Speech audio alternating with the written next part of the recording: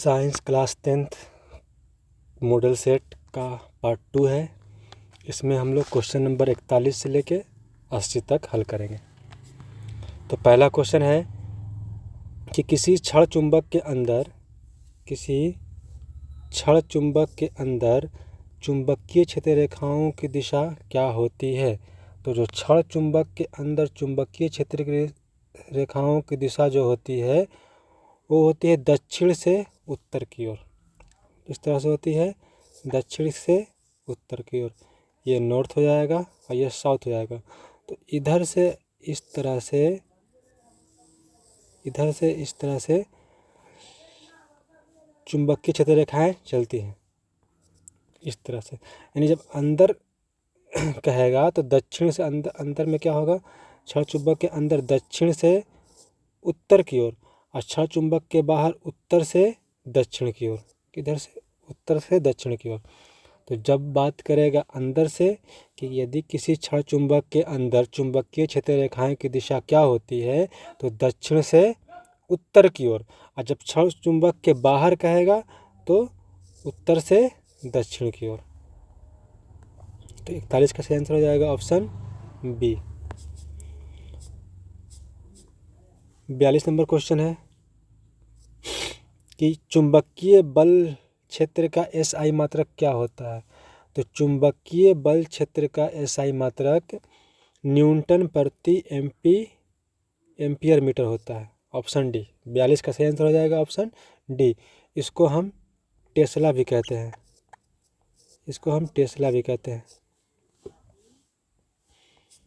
Question number 43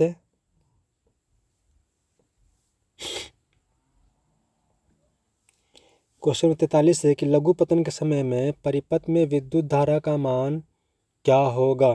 तो लघु पतन के समय में परिपथ में विद्युत धारा का मान बहुत अधिक बढ़ जाता है। 43 का ऑप्शन हो जाएगा सही ऑप्शन हो जाएगा सी। 44 नंबर क्वेश्चन है कि विद्युत जनित्र का सिद्धांत आधारित है। तो विद्युत जनित्र का सिद्धांत आधारित है विद्युत चुंबकीय प्रेरण पे। 44 का सही आंसर हो जाएगा ऑप्शन सी। इसमें विद्युत धारा का उष्मीय प्रभाव, इस पे हीटर, विद्युत आयरन,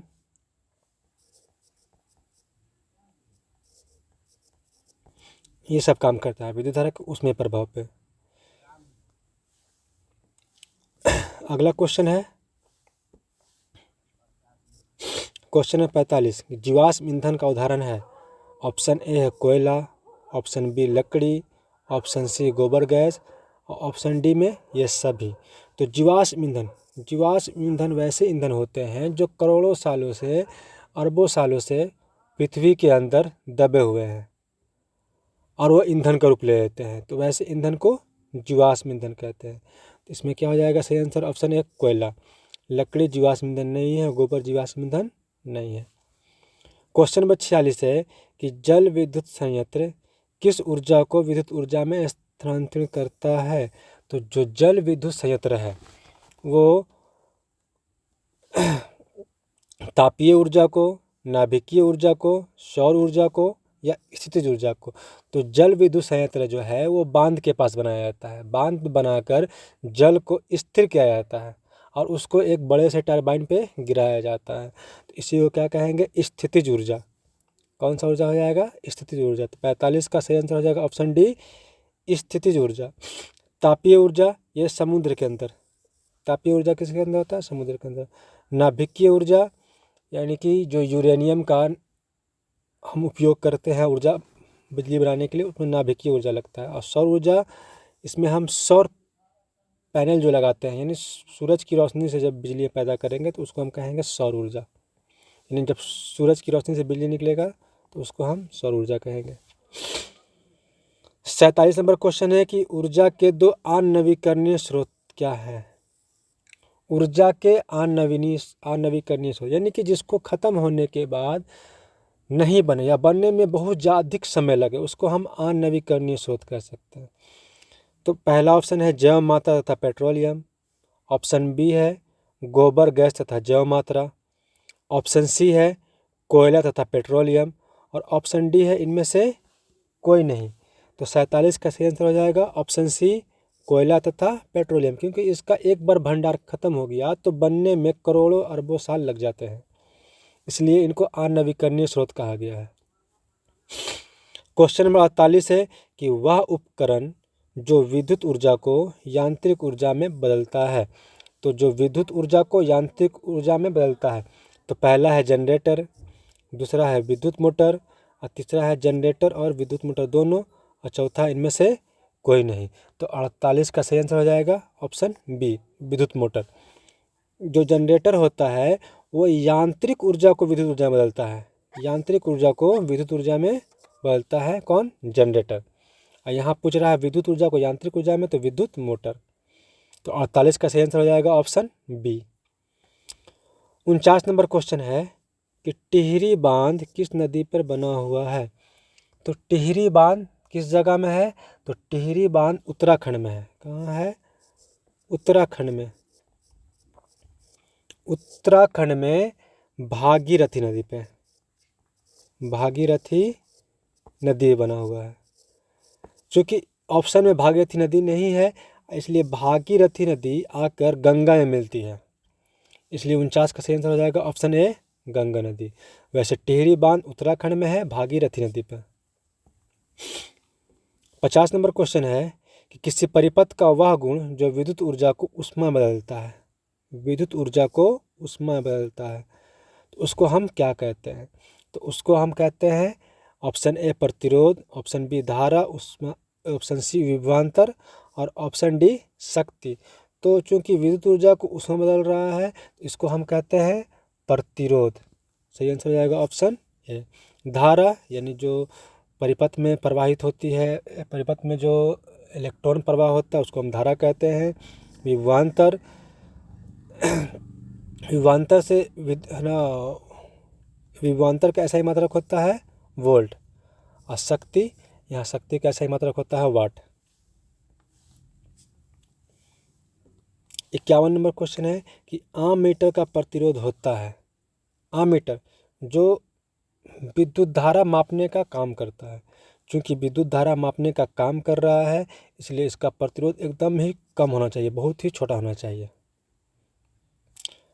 52 नंबर क्वेश्चन है कि कार्य करने की क्षमता को क्या कहते हैं? ऑप्शन ए है बल, ऑप्शन बी है शक्ति, ऑप्शन सी है ऊर्जा, ऑप्शन डी इनमें से कोई नहीं। तो कार्य करने की क्षमता को क्या कहते हैं? तो बल कहते हैं। कार्य करने की क्षमता को क्या कहते हैं? कार्य करने की क्षमता को ऊर्जा कहते हैं। तो इसका सही आंसर हो जाएगा ऑप्शन सी, ऊर्जा। बल क्या है? तो बल एक प्रकार का धक्का या खिंचाव है। जब किसी चीज़ को हम धक्का देते हैं या खींचते हैं तो उसको हम क्या कहते हैं? बल कहते हैं, धक्का या खिंचाव। शक्ति, शक्ति कार्य करने की दर को शक्ति कहते हैं। जो कार्य करने की दर होता है, कार्य करने की दर को हम शक्ति कहते हैं। बल का एसआई मात्रक न्यूटन होता है, बल का एसआई मात्रक न्यूटन, जिसको हम एन से डिनोट करते हैं। और शक्ति का एसआई मात्रक होता है वाट, शक्ति का एसआई मात्रक होता है वाट। और ऊर्जा का एसआई मात्रक होता है जूल, ऊर्जा का सही मात्रक क्या होता है? जूल होता है।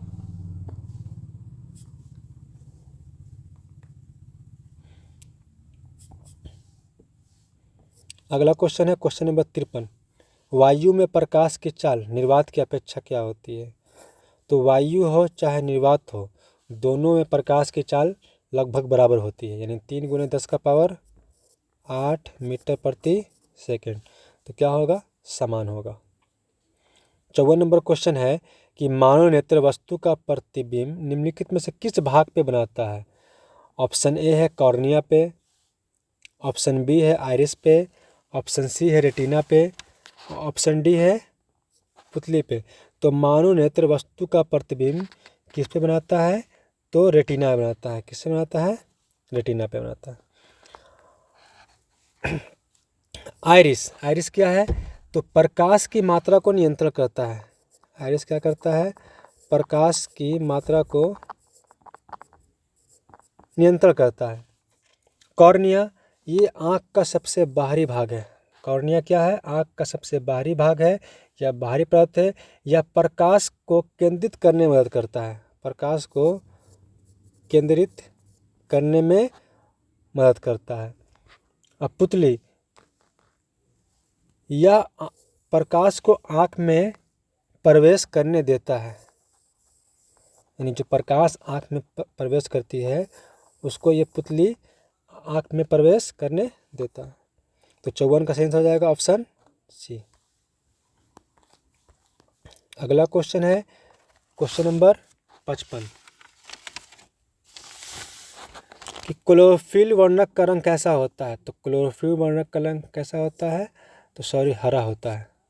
ऑप्शन ए हरा।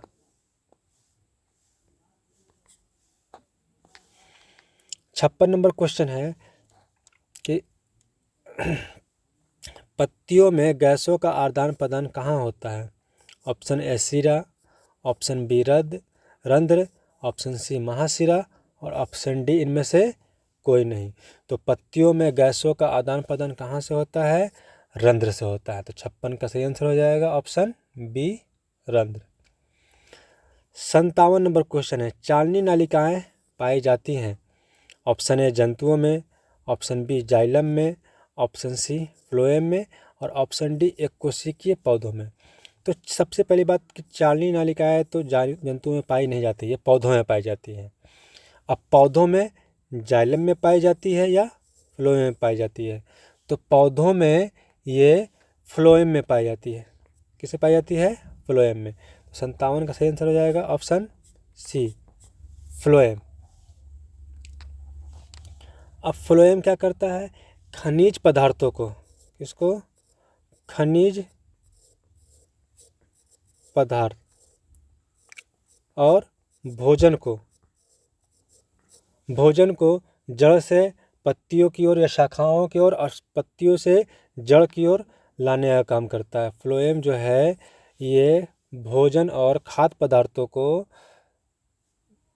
जड़ से पत्तियों की ओर या पत्ती की ओर से जड़ की ओर लाने का काम करता है। और जाइलम ये जल का संवहन करता है। किसका संवहन करता है? जल का, यानी जल को जड़ से पत्तियों की ओर। जाइलम जो होता है एक दिशीय होता है और फ्लोएम द्विदिशीय होता है, दोनों दिशाओं में होता है, यानी ऊपर से नीचे, नीचे से ऊपर की ओर। लेकिन जाइलम क्या होता है? सिर्फ जड़ से लेके पत्तियों की ओर होता है। अगला क्वेश्चन है क्वेश्चन नंबर 58 कि पौधों में भोजन किस रूप में जमा होता है। Option A glucose, option B protein, option C starch और ऑप्शन डी फैटी एसिड। तो 58 का सही आंसर हो जाएगा ऑप्शन सी स्टार्च, क्योंकि जो पौधों में ग्लूकोज होता है वो स्टार्च के रूप में बदल जाता है, यानी प्रकाश संश्लेषण क्रिया में ग्लूकोज के द्वारा ही स्टार्च बनता है। और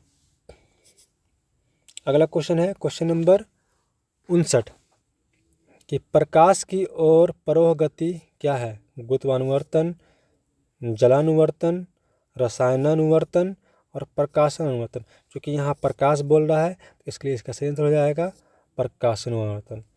गुरुत्वानुवर्तन यानी गुरुत्वाकर्षण की ओर, इसमें जड़ जो क्या होता है गुरुत्वाकर्षण की ओर बढ़ती है, इसलिए उसको हम कहते हैं गुरुत्वानुवर्तन। जल अनुवर्तन यानी जिधर जल होता है उधर पौधे की जड़ें या पौधे का कोई भाग बढ़ता है तो उसको हम कहते हैं जल अनुवर्तन। और रसायन अनुवर्तन, रसायन की ओर बढ़ने वाले को, रसायन की वजह से बढ़ने वाले को रसायन अनुवर्तन कहते हैं। क्वेश्चन नंबर 60 है कि जैव आवर्धन प्रदर्शित करने वाला रसायन है। तो जैव आवर्धित प्रदर्शन करने वाला रसायन कौन सा है? ऑप्शन ए CFC है, ऑप्शन बी DDT है, ऑप्शन सी NADP है और ऑप्शन डी ATP है। तो इसका सही आंसर हो जाएगा ऑप्शन बी DDT। यह एक कीटनाशक भी है। अब यहाँ CFC है, इसको हम कहते हैं क्लोरोफ्लोरोकार्बन। क्लोरोफ्लोरोकार्बन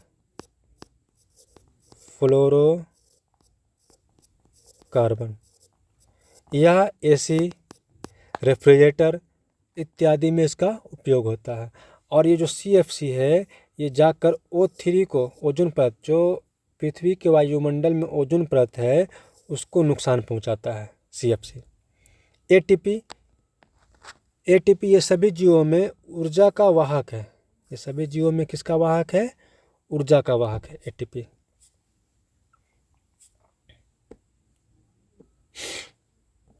अगला क्वेश्चन है क्वेश्चन नंबर 61।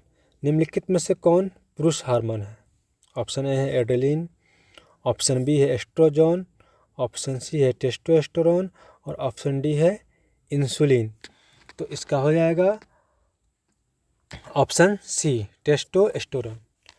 और जब हम स्त्री हार्मोन की बात करेंगे तो ये हो जाएगा एस्ट्रोजन। स्त्री हार्मोन कौन हो जाएगा? एस्ट्रोजन। और पुरुष हार्मोन हो जाएगा टेस्टोस्टेरोन। ये जो एस्ट्रोजन है वो कौन सा हार्मोन है? स्त्री हार्मोन। एड्रेनलिन, एड्रेनलिन क्या है? तो यह, इसको हम लड़ो और उड़ो हार्मोन भी कहते हैं। लड़ो और उड़ो हार्मोन, लड़ो और उड़ो या भागो हार्मोन भी कहते हैं। यह जो एड्रेनलिन है ये अधिवृक्क ग्रंथि से निकलता है। किससे निकलता है? अधिवृक्क ग्रंथि से। एड्रेनलिन जो हार्मोन है अधिवृक्क ग्रंथि से निकलता है। इसको लड़ो और भागो, लड़ो और उड़ो हार्मोन भी कहते हैं। इंसुलिन, यह अग्नाशय से निकलता है। इंसुलिन जो है वो कहाँ से निकलता है? अग्नाशय से। अग्नाशय से लैंगरहैंस की दीपिका से निकलता है। लैंगरहैंस की दीपिका से। और ये रक्त में शर्करा को नियंत्रण करता है। जो इंसुलिन हार्मोन है ये रक्त में शर्करा को, यानी ग्लूकोज के स्तर को नियंत्रण करता है। ये लैंगरहैंस की दीपिका से निकलता है और ये अग्नाशय से निकलता है। इंसुलिन कहाँ से निकलता है? अग्नाशय से निकलता है। एड्रेनलिन अधिवृक्क से निकलता है और इसको हम लड़ो या भागो या लड़ो और उड़ो हार्मोन भी कहते हैं। टेस्टोस्टेरोन पुरुष हार्मोन है और एस्ट्रोजन स्त्री हार्मोन है। अगला क्वेश्चन है क्वेश्चन नंबर 62 कि शरीर को संतुलन बनाए रखता है cerebellum, option A, option B cranium, option C मस्तिष्क स्टेम और ऑप्शन डी सेरिबरम। तो 62 का सही आंसर हो जाएगा ऑप्शन ए सेरिबेलम। ये शरीर को संतुलन बनाए रखता है या बोलने में, चलने में या काम करने में पेशियों की मदद करता है। एक है सेरिबरम। सेरिबरम इसको हम परमस्तिष्क भी कहते हैं। सेरिबरम को क्या कहते हैं? परमस्तिष्क भी कहते हैं। यह सेरिबरम जो है यह मस्तिष्क का सबसे बड़ा हिस्सा है। मस्तिष्क का सबसे बड़ा हिस्सा है। यह है सोचने, तर्क करने, याद करने, देखना, सुनना, सूंघना, निर्णय लेना इत्यादि काम सब किससे होता है? सेरिबरम से होता है। और सेरिबेलम क्या है? यह शरीर का संतुलन बनाता है। और सेरिबेलम को हम कहते हैं अनुमस्तिष्क। अनुमस्तिष्क, सेरिबरम को अनुमस्तिष्क और सेरिबरम को परमस्तिष्क। सेरिबरम से क्या हो जाएगा? जितनी भी अच्छी क्रियाएं हैं जैसे सोचना, तर्क करना, याद करना, बोलना, ये जो भी क्रियाएं हैं, देखना, सुनना, सूंघना, निर्णय लेना, ये सब सेरिबेलम से होता है। और सेरिबेलम से शरीर का संतुलन बनता है। एक है क्रेनियम। क्रेनियम मतलब कपाल, खोपड़ी, जिसको हम कपाल या खोपड़ी कहते हैं उसको हम क्रेनियम कहते हैं। क्वेश्चन नंबर 63 है कि फूल का कौन सा भाग फल में बदलता है? फूल का कौन सा भाग फल में बदलता है? पहला है पुंकेसर, दूसरा है स्त्री केसर, तीसरा है अंडाशय और चौथा है बीज। तो इसका सही आंसर हो जाएगा ऑप्शन सी अंडाशय। फूल का जो अंडाशय वाला भाग है वही भाग फल में बदलता है।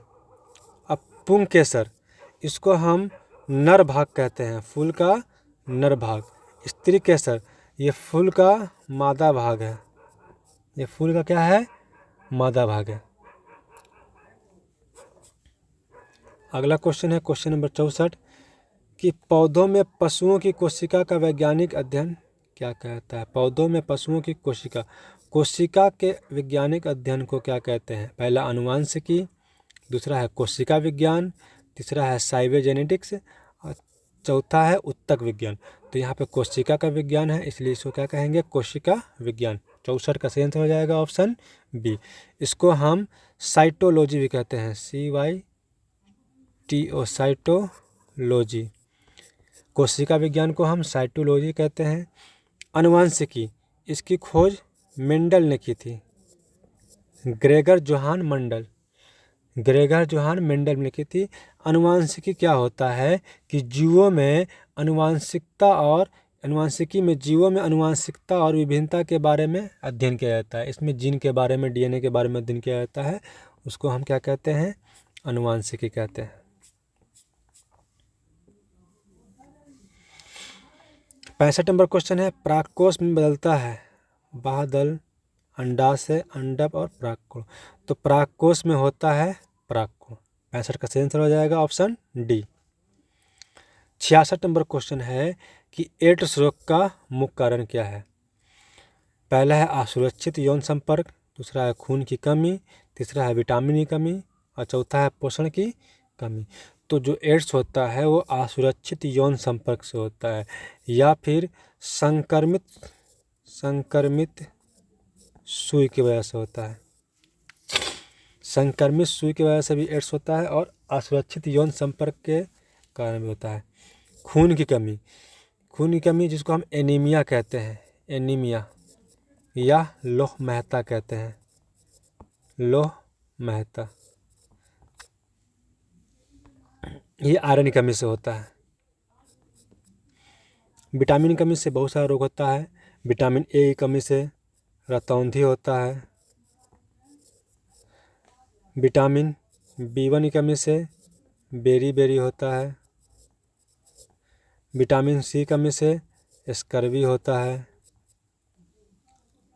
विटामिन D की कमी से रिकेटस होता है। तो इस तरह से विटामिन की कमी से बहुत सारे रोग होते हैं। अब पोषण की कमी से, तो पोषण की कमी से वही पोषण की कमी होगा तो खून की कमी हो जाएगा, ताकत नहीं रहेगा, ये सब होता है। 67 नंबर क्वेश्चन है शुक्राणुओं का मोचन कहाँ जाता है। शुक्राणुओं का मोचन कहाँ जाता है। अधिवृषण में, शुक्रवाहिका में, वृषण में और शुक्राशय में। तो 67 का सही आंसर हो जाएगा ऑप्शन बी, शुक्रवाहिका में। 68 नंबर क्वेश्चन है कि भ्रूण का विकास होता है किस में, अंडाशय में, योनि में, गर्भाशय में और फैलोपियन ट्यूब में। तो 68 का सही आंसर हो जाएगा ऑप्शन सी, गर्भाशय में। भ्रूण का विकास कहाँ होता है, गर्भाशय में। 69 नंबर क्वेश्चन है कि निम्नलिखित में कौन लैंगिक जनन संचयित रोग है। कौन सा रोग लैंगिक जनन के कारण होता है। आंतजवर, सुजाक, एड्स और बी एवं सी दोनों। इसमें सुजाक और एड्स दोनों किस कारण होता है, तो लैंगिक जनन के कारण होता है। आंतजवर जिसको हम टाइफाइड कहते हैं, टाइफाइड, ये बैक्टीरिया यानी जीवाणु के कारण होता है और जीवाणु का नाम है सोल्मोनेला टाइफी। जीवाणु का क्या नाम है, सोल्मोनेला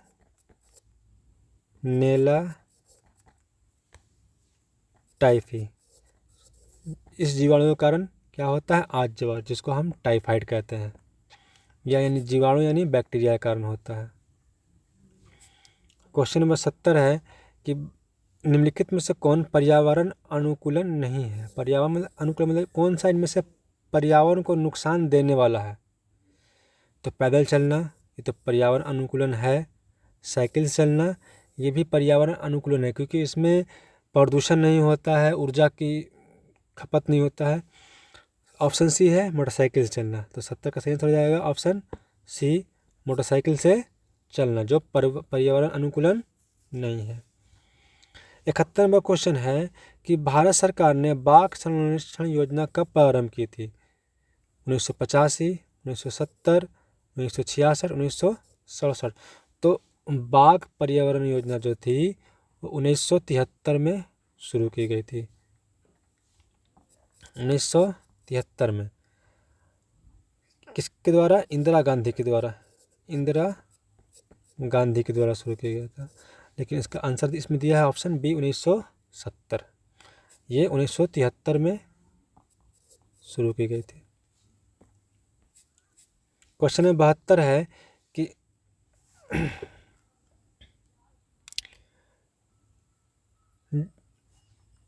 प्राकृतिक चयन का सिद्धांत किसने दिया था? Option A Lamarck, option B अरस्तु, ऑप्शन सी डार्विन और ऑप्शन डी स्पेंसर। तो प्राकृतिक चयन का सिद्धांत जो था वो किसने दिया था? डार्विन ने दिया था। लेमार्क, इसने उपर्जित लक्षणों की वंशागति का सिद्धांत दिया था। इसने उपर्जित लक्षणों की गति का सिद्धांत दिया था लेमार्क ने। अरस्तु ने अनुकरण का सिद्धांत दिया था। अनुकरण मतलब नकल का सिद्धांत, अनुकरण का सिद्धांत दिया था। और स्पेंसर ने सामाजिक विकास का सिद्धांत दिया था। तो 72 का सही आंसर हो जाएगा ऑप्शन सी। 73 नंबर क्वेश्चन है कि जैव विविधता की विशिष्ट स्थल क्या कहलाते हैं? तो जैव विविधता का विशिष्ट स्थल 73 का हो जाएगा ऑप्शन ए जंगल, ऑप्शन बी वन, ऑप्शन सी जंतु, ऑप्शन डी दावा। 73 का सही आंसर हो जाएगा ऑप्शन बी वन। 74 नंबर क्वेश्चन है कि कौन सा अजैव निम्नकरणीय कचरा है? टिश्यू पेपर, केले का छिलका, थर्मोकोल, इनमें से कोई नहीं। अजैव निम्नकरणीय यानी कि वो जैव नहीं है और निम्नकरणीय है यानी कि वो मतलब सड़ गल जाता है। तो हो जाएगा थर्मोकोल। 74 का सही आंसर हो जाएगा option C thermocol. 75 number question है कि निम्नलिखित में से कौन जैव अनिम्नकरणीय पदार्थ है?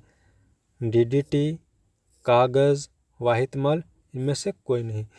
यानी कि जो अनिम्नकरणीय है यानी कि उसको हम फिर से किसी चीज दूसरे रूप में यूज नहीं कर सकते हैं। तो 75 का सही आंसर हो जाएगा ऑप्शन ए डीडीटी। अगला क्वेश्चन है 76 नंबर क्वेश्चन है कि निम्नलिखित में से कौन सा अवशेषी अंग मानव में पाया जाता है? अवशेषी अंग वैसा अंग होता है जिसका शरीर में कोई काम नहीं है, कोई यूज नहीं है, उसको हम अवशेषी अंग कहेंगे। रीढ़ की हड्डी, अंगूठा, नाक और अपेंडिक्स। तो इसमें सही आंसर हो जाएगा option D appendix. 77 number question है कि विकासशील दृष्टिकोण से हमारी किससे अधिक समानता है? ऑप्शन ए चीन के विद्यार्थी, option B chimpanzee, option C मकड़ी, ऑप्शन डी जीवाणु। तो 77 का सही आंसर हो जाएगा ऑप्शन बी चिंपैंजी। चिंपैंजी जो है मनुष्य के समानता रखती है। 78 नंबर क्वेश्चन है कि पुष्प का कौन सा भाग परागकण बनाता है?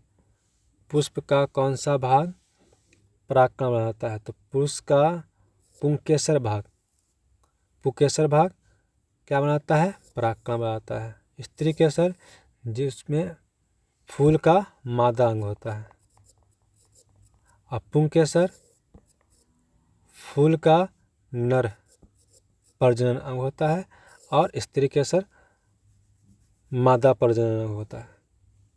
तो क्वेश्चन नंबर 78 का सही आंसर हो जाएगा ऑप्शन सी। क्वेश्चन नंबर 79 है कि द्विखंडन होता है अमीबा में, पैरामेसियम में, लिस्मेनिया में, या इनमें से कोई नहीं। तो 79 का सही आंसर हो जाएगा ऑप्शन डी इनमें से सभी में। ऑप्शन डी क्या है? इनमें से सभी। इनमें सभी में अमीबा में भी होता है द्विखंडन, पैरामीशियम में भी होता है द्विखंडन और लिस्मेनिया में भी द्विखंडन। यानी कहने का मतलब है कि जो मान लेते हैं एक अमीबा है, इसको अगर हम 2 भाग में बांट देंगे, ये 2 भाग में खुद ब खुद बढ़ जाएगा, ठीक है। तो ये दोनों अपने बराबर स्थान ले लेगा, यानी फिर से उतना बड़ा हो जाएगा, फिर ये 2 भाग में फिर बटेगा, यानी कि 2 से क्या हो जाएगा 4 हो जाएगा। यानी ये खंडन होता है इसमें, तो इसको द्विखंडन के रूप में जानते हैं। और लास्ट क्वेश्चन है क्वेश्चन नंबर 80। क्रीमिस्थ पेरिसेसिका किसका हिस्सा है? आहार नाल, तंत्रिका तंत्र, वाहिकीय तंत्र और प्रजनन तंत्र। तो क्रीमिस्थ पेरिसेसिका आहार नाल का हिस्सा है।